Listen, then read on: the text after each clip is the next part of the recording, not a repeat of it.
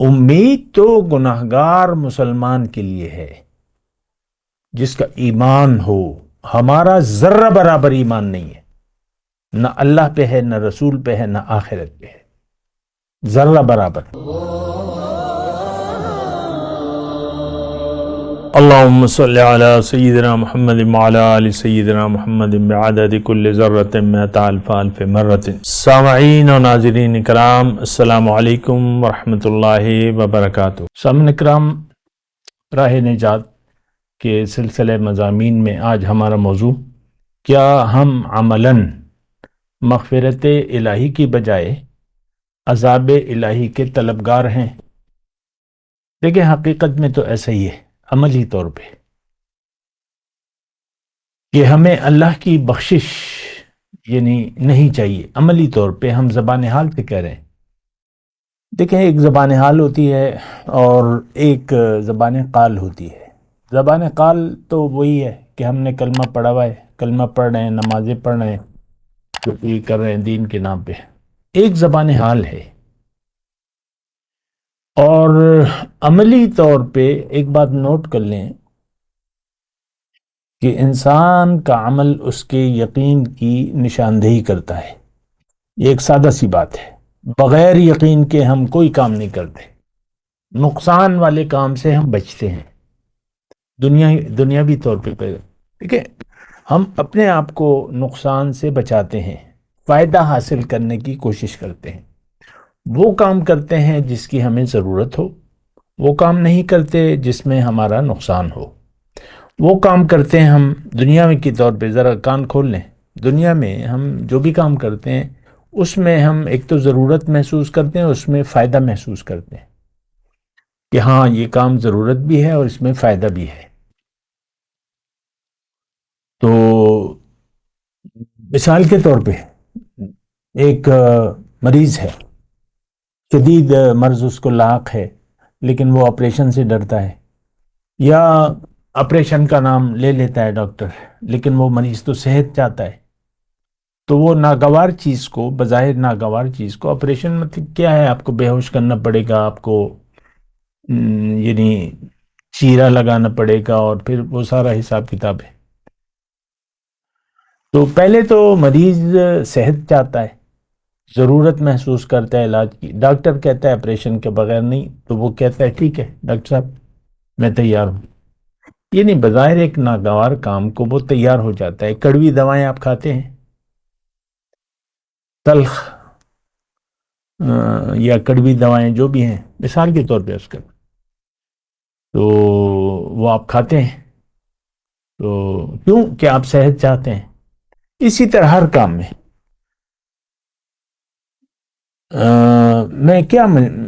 ہر کام میں کچھ نہ کچھ تکلیف ہے. اب مثال کے طور پہ ایک جوڑے نے شادی کی ہے، اب وہ ان کو اولاد چاہیے. اب اولاد کو ماں کے لیے القرآن میں فرمائے کہ تکلیف پہ تکلیف، وہنن علی وہن، اور پھر 2.5 سال تک اس کو دودھ پلانا ہوتا ہے، اور وہ سارے مراحل ہیں آپ کو پتہ ہے.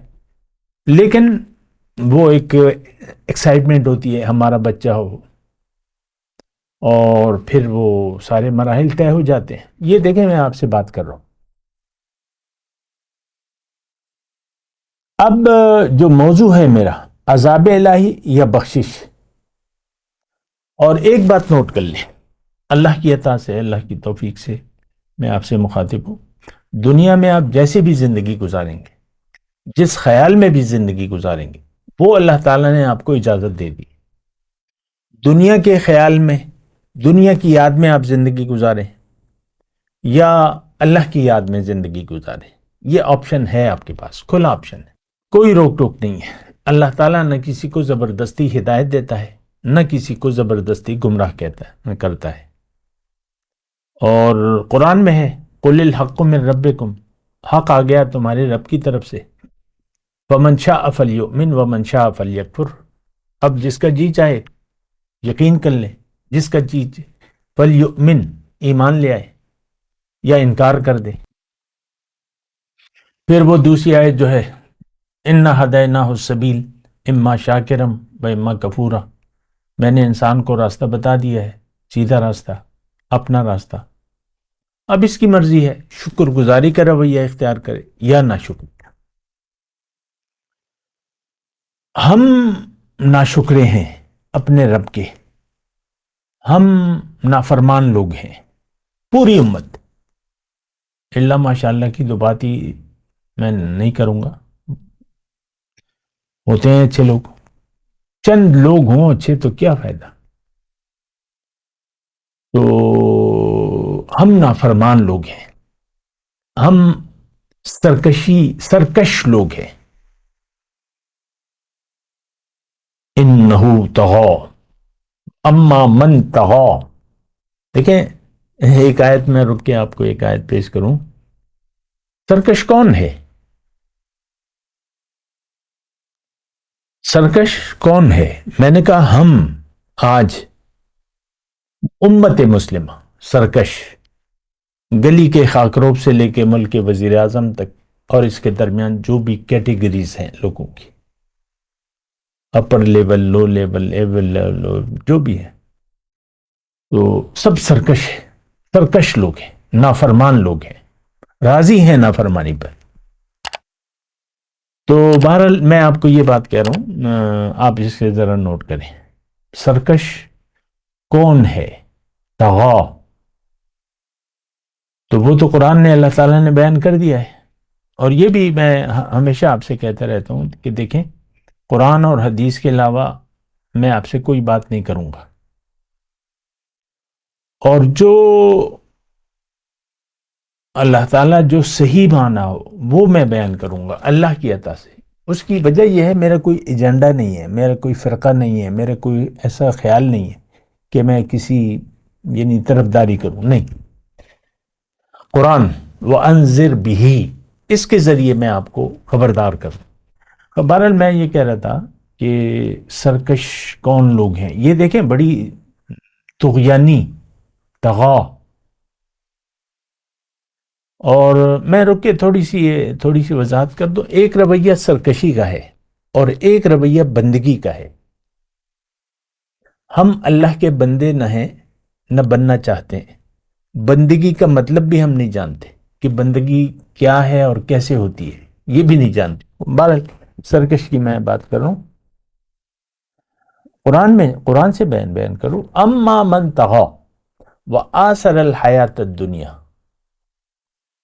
اب دیکھیں یہاں رک کے میں یہ کہوں گا کہ اس آیت میں جو آپ کو میں آیت پیش کر رہا ہوں، اس میں کسی مومن، کسی کافر، کسی مشرک، کسی منافق کا نام ہی نہیں. اکثر اللہ تعالیٰ رویوں کی بات کرتا ہے کہ آپ کا رویہ کیا ہے، آپ کیا کر رہے ہیں. اور جو میں نے آغاز میں آپ سے بات کی کہ انسان کا عمل جو ہے اس سے اس کے یقین کا اظہار ہوتا ہے. یہ جملہ میں آپ ذرا نوٹ کر لیں. عمل تو اللہ تعالیٰ بسا اوقات، بہت دفعہ رویوں کا تذکرہ کرتا ہے. تو خیر یہ ایک میں آپ کو وہ آیت پیش کرتا رہتا ہوں. یہاں پہ یہ آیت پیش، اس میں یعنی یہ جہنمیوں کی بات ہو رہی ہے. یہ جہنم کون جائے گا؟ سرکش لوگ. بس اما من طغى. اب پھر تفصیل بھی اللہ تعالیٰ بتا رہے. اما من طغى وآثر الحیات الدنیا فإن الجحیم ہی المأوى. جس نے رویہ اختیار کیا سرکشی کا، اس کا اظہار کیا ہے، کیا ہے اس نے، غلطی کیا کی ہے کہ دنیا کی زندگی کو ترجیح دے دی. فإن الجحیم ہی المأوى. اب اس کا ٹھکانہ تو جنت نہیں ہے، جہنم میں جائے گا. کون؟ آج کا مسلمان. لوگوں کے دھوکے میں نہ آئیں.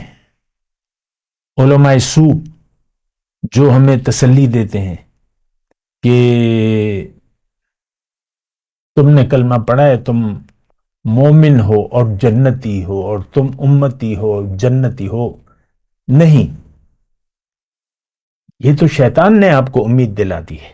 یعدہم ویمنہم، ان سے وعدے کرتا ہے، ان کو امیدیں دلاتا ہے۔ کیا ہمیں امید نہیں ہے حضور صلی اللہ علیہ وسلم کی شفاعت کی یا اللہ تعالیٰ کی بخشش کی؟ امیدیں ہیں، یہ شیطان نے دلائی ہوئی ہیں۔ امید تو گناہگار مسلمان کے لیے ہے جس کا ایمان ہو۔ ہمارا ذرہ برابر ایمان نہیں ہے، نہ اللہ پہ ہے، نہ رسول پہ ہے، نہ آخرت پہ ہے، ذرہ برابر۔ یہ جو اکثر میں آپ کو یہ بات کہتا رہتا ہوں کہ ہم کیوں مسلمان ہیں؟ صرف اس لیے کہ ہمارے ایک برائے نام مسلمان کے گھر میں پیدا ہوئے، ورنہ دین تو صدیاں ہو گئی ہم نے چھوڑ دیا ہے۔ اب یہ تاریخ اسلام نہیں ہے جو کہ ہم پڑھتے ہیں، یہ تاریخ غیر مسلمین ہے۔ بادشاہوں کو دیکھ لیں آپ، کیا طرز انداز تھا بادشاہت کا، اور لوگ رعایا کیسے تھی۔ دیکھیں، بادشاہ عمومی طور پہ آپ دیکھ لیں، اکبر بادشاہ نے ایک نیا دین کھڑا کر دیا، اور یہ پٹی ان کو اس کے دربار کے دو علماء نے سکھائی، جو نام بھی ہے ان کے، میرے اس سے کوئی تعلق نہیں ہے۔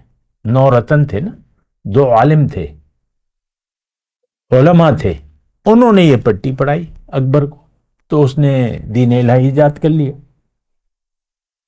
کون سا بادشاہ تھا ہماری 400-500 سالہ تاریخ جو مغلوں کی گزری ہے، کون سا بادشاہ مومن تھا؟ آپ دیکھ لیں، اکبر کے حالات دیکھ لیں، جہانگیر کے دیکھ لیں، شاہ جہان کے دیکھ لیں۔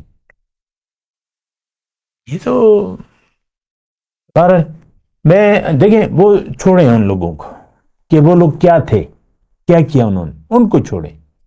بات ہے اس وقت ہماری، میری اور آپ کی۔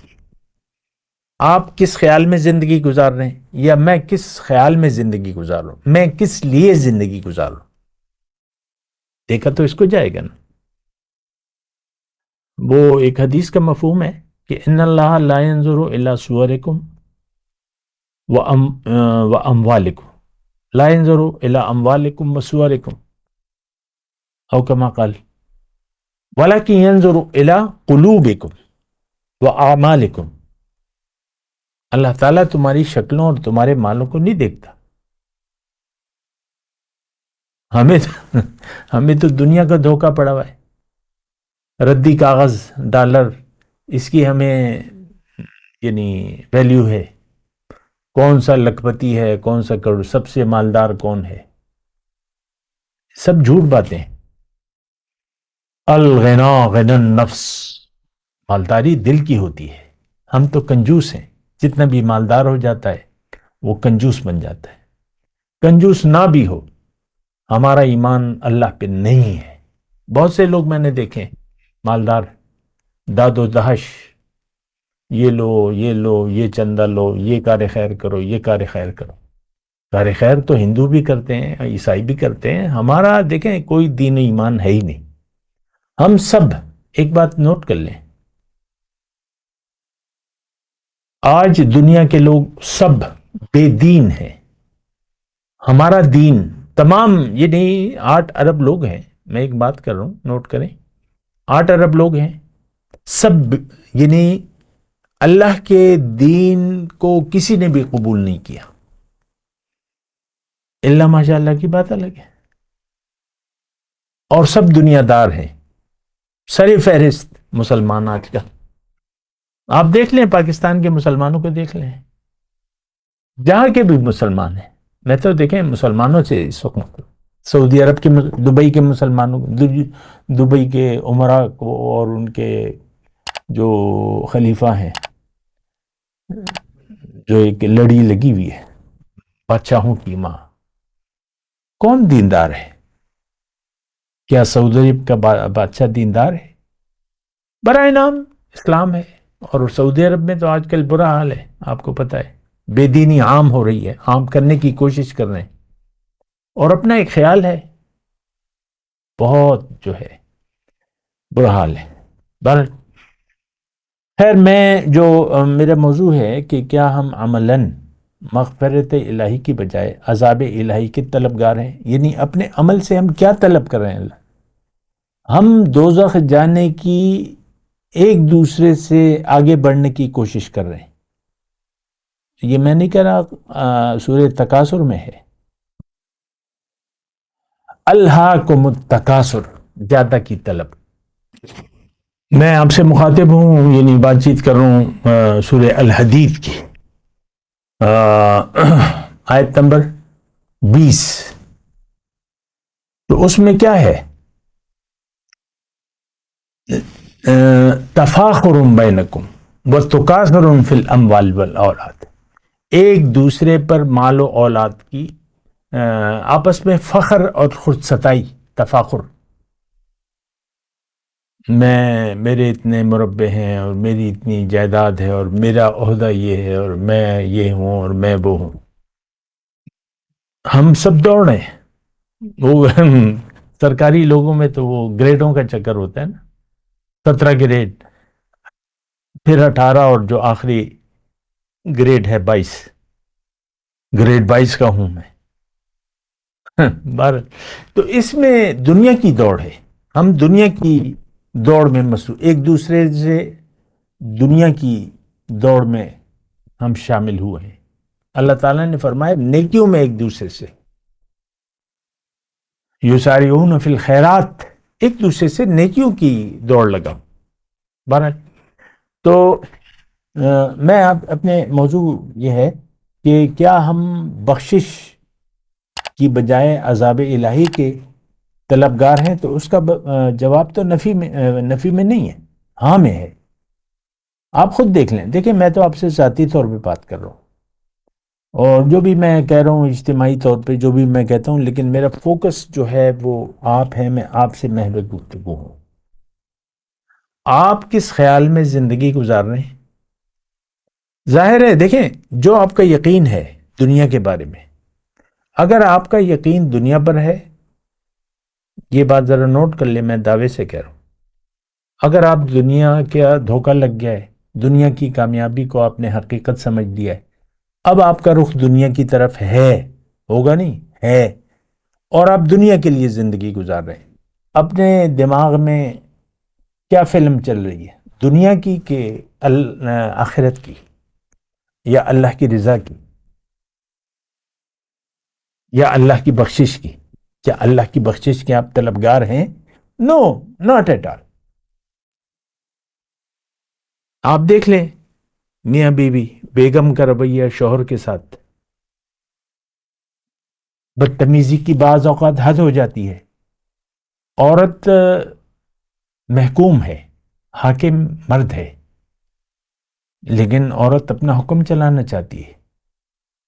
میرا حکم. اکثر جو ہے وہ میاں کی بات کو اہمیت ہی نہیں دیتی. اپنا میں نے یہ کہا، یہ کرو، وہ کرو، اس طرح کرو، اس طرح کرو. اور میاں، دیکھیں، دونوں انسان ہیں. ہم پہ اپنی انا غالب ہے، نفس.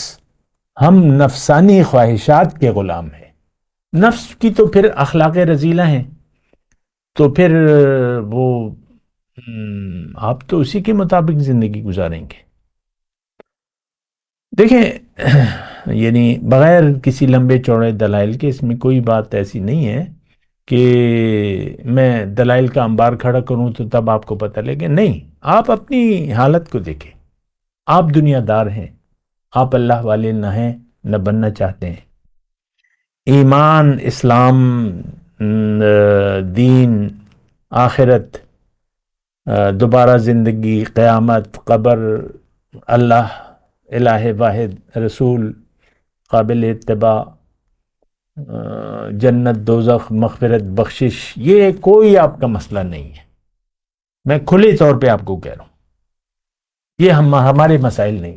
دین ہمارا مسئلہ نہیں ہے. آج ہم پہ نفس سوار ہے، ہم خواہشات نفس کے غلام ہیں. بس مختصر، عورت ہو یا مرد، مختصر کہانی ہے ہماری. اور دنیا کے دیوانے ہیں. ایک جملہ ہم سب دنیا کے دیوانے ہیں، ہمیں دنیا محبوب ہے، یہ نہیں چاہیے ہمیں۔ دیکھیں، ایک تو یہ ہے کہ جو دنیا کی حقیقت کیا ہے، یہ تو ایک امتحان ہے۔ لِيَبْلُوَكُمْ خَلَقَ الْمَوْتَ وَالْحَيَاةَ لِيَبْلُوَكُمْ أَيُّكُمْ أَحْسَنُ عَمَلًا، یہ تو ایک امتحان ہے، اور اس کا نتیجہ دنیا میں بھی آپ کو اچھے یا برے نتائج آپ کو دنیا میں بھی مل رہے ہیں، ملیں گے نہیں۔ آپ شامت اعمال میں گرفتار ہیں۔ اگر آپ کا رخ دنیا کی طرف ہے تو آپ کا ساتھی شیطان ہے۔ قرآن سے میں بات کر رہا ہوں، مَن یعش عن ذکر الرحمن نقید لہ شیطانا فہو لہ قرین۔ آپ پر شیطان سوار ہے۔ شیطانیت کیا ہے؟ میں اپنے سوا آپ کسی کی بات سننے کے لیے بھی تیار نہیں ہے۔ وہ پھر بعض اوقات مجبوری ہو جاتی ہے، آپ ایک ادارے میں کام کر رہے ہیں، پھر باس کا حکم ماننا آپ کی مجبوری ہوتی ہے، اور ادارے کا مفاد اور جو کچھ بھی آپ کرتے ہیں یا اس کو چھوڑ دیں، وہ آپ کی مجبوریاں ہیں کہ آپ کسی اور کا حکم مانتے ہیں۔ جہاں مجبوری نہیں ہے وہاں آپ اپنا حکم چلاتے ہیں۔ شوہر کمزور ہے تو بیوی کہتی ہے میرا غلبہ ہونا چاہیے، اپنا حکم چلانے کی کوشش کرتی ہے، نہ مانا جائے تو بس وہ آپ کو پتہ ہے کیا ہوتا ہے، لمبی چپ لگ جاتی ہے، گالم گلوچ شدید رویہ میں کے چلی جاتی ہے بیوی، اور بس گزارا تو نہیں کرتی، پھر اس کی خواہشات پوری نہیں ہوتی ہیں یا جو بھی ہے۔ اسی طرح مرد، بیوی کم حالت میں ہو تو وہ سر چڑھ کے بولتا ہے، پٹائی ہوتی ہے بیوی کی، بیوی کو مارتا ہے، گالم گلوچ جو بھی آپ کو پتہ ہے۔ دیکھیں، ہم سب دنیا دار لوگ ہیں، ایمان کا ذرہ ہمارے دل میں نہیں ہے۔ اس پہ بہت لے دے ہوتی ہے دینی طبقے میں، بھئی ایمان تو ہے، ذرہ برابر ایمان۔ ہمیں یہ گمان ہے کہ ذرہ تو ہوگا، ذرہ بھی نہیں ہے۔ آپ دین کو سمجھے ہی نہیں ہے تو آپ کا ذرہ کہاں گیا؟ اللہ ہمارا الہ واحد نہیں ہے، اللہ الہ واحد تو چھوڑیں، اللہ ہمارا معبود ہے ہی نہیں۔ دین کے ایک کھیل تماشا ہے۔ رکیں ذرا، دین کو ہم نے ایک کھیل تماشا بنا لیا ہے، یہ مانوں گا، یہ نہیں مانوں گا، یہ بڑے بڑے دعویٰ کرنے والے آپ دیکھ لیں، ان کے عملی یہ ہمارے سامنے ہیں۔ یہ لوگ داڑھیوں کے طول اور عرض کا، داڑھی کی ایک مقدار ہے، حضور نے فرمائی ہے، تو ان کے جو پیروکار ہیں وہ داڑھی کی، مٹھی بھر داڑھی کی ان کو اہمیت ہی نہیں ہے، خشخشی داڑھی۔ اور پھر جو ان کے نیچے پیروکار ہیں وہ تو جو عہدیدار ہیں بڑے بڑے، وہ تو کلین شیو ہے، مونچھیں بڑی اور کلین شیو۔ یا جو ان کے نچلے طبقے ہیں، بس ایک ہفتے کی حجامت ہے، بس ایک خط سا بنا لیتے ہیں۔ جو بھی ہے، میں کسی پر دیکھیں وار نہیں کر رہا، دین مکمل ہے، تو اس میں ایک کھیل تماشا بنا دیا ہے، فرینچ کٹ۔ فرینچ کٹ داڑھی بھائی کہاں سے آ گئی؟ لیکن ہے ہمارے، بس عام ہے معاشرے میں، بوڑھے ہو گئے تو بس فرینچ کٹ داڑھی چھوڑ دی۔ کھیل تماشا ہے دین کا۔ دین روئے زمین پر مومن نہیں ہے جیسے کہ یعنی ہونا چاہیے۔ خواہشات نفس کے پجاری ہیں 8 ارب لوگ، سر فہرست جو ہے آج کا مسلمان ہے۔ تو بڑی ایک دردناک کہانی ہے، شرانگیز لوگ ہیں ہم۔ ہمیں دین وَأَنْ أَقِيمُوا الدِّينَ، اللہ کا حکم ہے، دین کو قائم کرو، یکون الدین کلہ للہ۔ ہمارے لیے اس کی کمر ٹوٹی ہوئی ہے، ہم جانتے بھی نہیں ہیں۔ 2 مرتبہ اللہ تعالیٰ نے یہ فرمایا ہے، رسول کی آمد کا مقصد یہ ہے، لِيُظْهِرَهُ عَلَى الدِّينِ كُلِّهِ يُرِيدُونَ لِيُطْفِئُوا نُورَ اللَّهِ بِأَفْوَاهِهِمْ۔ یہ یعنی اللہ کے نور کو بجھانا چاہتے ہیں کون؟ آج کا مسلمان۔ اور اللہ تعالیٰ انکاری ہے، الا ان یتم نورہ، اللہ تعالیٰ نور کا اتمام چاہتا ہے، اگرچہ مشرکوں کی یہ بات پسند نہیں ہے۔ تو وہ یعنی اقبال نے تو یعنی اقبال کی بات کی ہے، وہ ایک شعر ہے، اچھا ہے کہ وقت فرصت ہے کہاں، کام ابھی باقی ہے، نور توحید کا اتمام ابھی باقی ہے۔ اور یہ تو دیکھیں، ہم نے دین کو قبول کرنا ہے اور اس کے لیے جدوجہد کرنی ہے۔ وَيَكُونَ قَاتِلُوهُمْ حَتَّى لَا تَكُونَ فِتْنَةٌ وَيَكُونَ الدِّينُ كُلُّهُ لِلَّهِ۔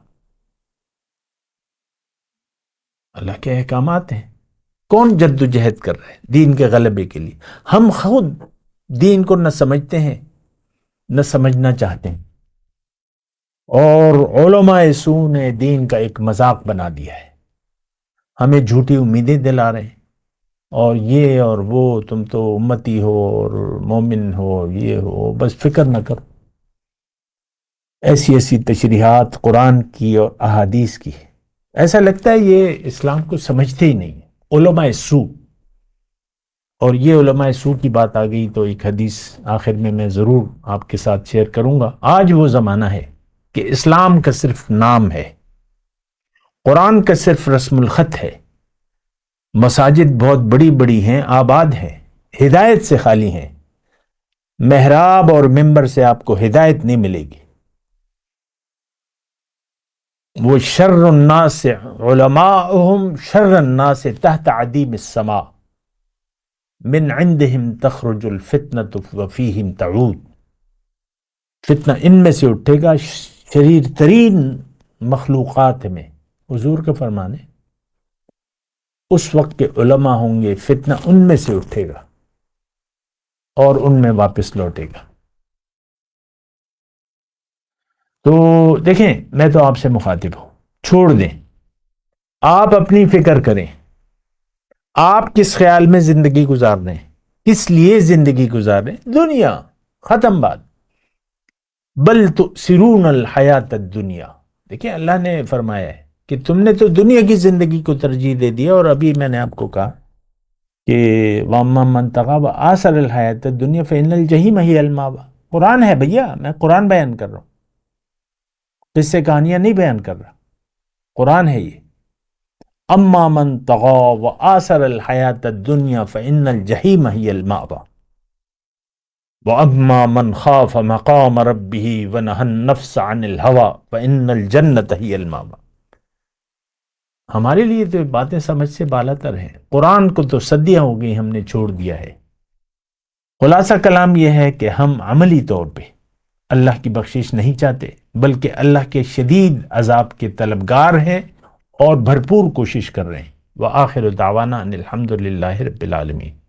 السلام علیکم ورحمۃ اللہ وبرکاتہ۔